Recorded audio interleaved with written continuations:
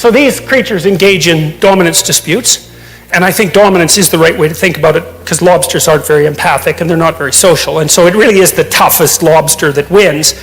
And what's so cool about the lobster is that when a lobster wins, he flexes and gets bigger, so he looks bigger because he's a winner. It's like he's advertising that, and the neurochemical system that makes him flex is serotonergic.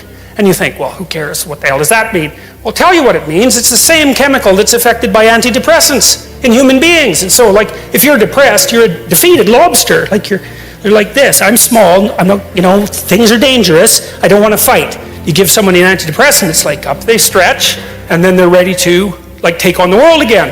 Well, if you give lobsters who just got defeated in a fight serotonin, then they stretch out and they'll fight again.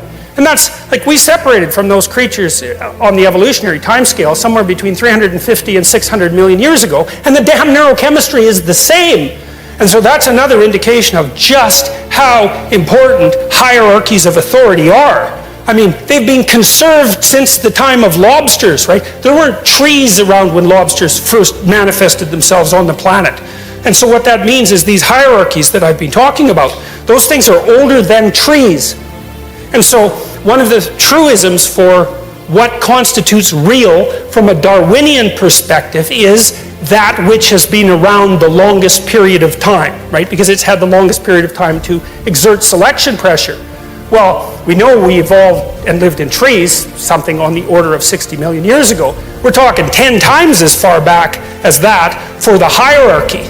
And so the idea that human beings, that the hierarchy is something that has exerted selection pressure on human beings I don't think that's not a disputable issue. How it's done it and exactly what that means we can argue about, but like that sort of biological continuity is just absolutely unbelievable. It was funny because I revealed this finding.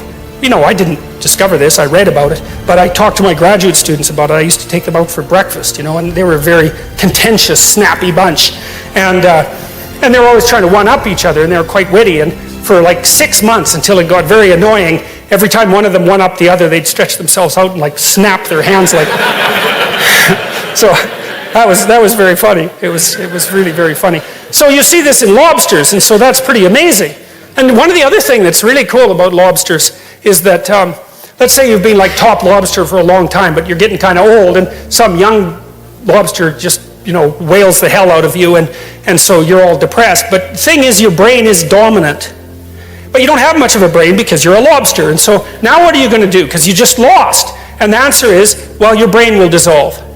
And then you'll grow a subordinate brain.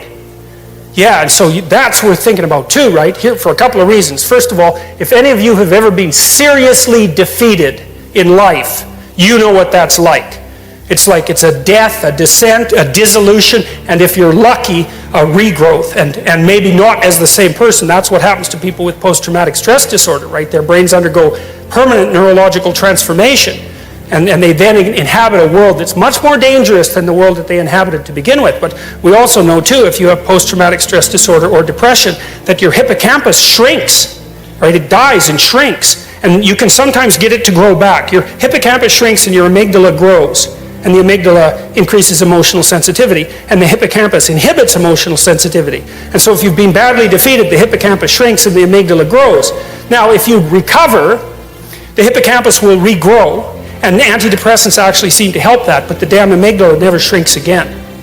And so, so that's another lesson from the lobster. It's quite a terrifying one, but it's one, like, it's so interesting that you can relate to that, right? It's like, I get what that poor crustacean's going through,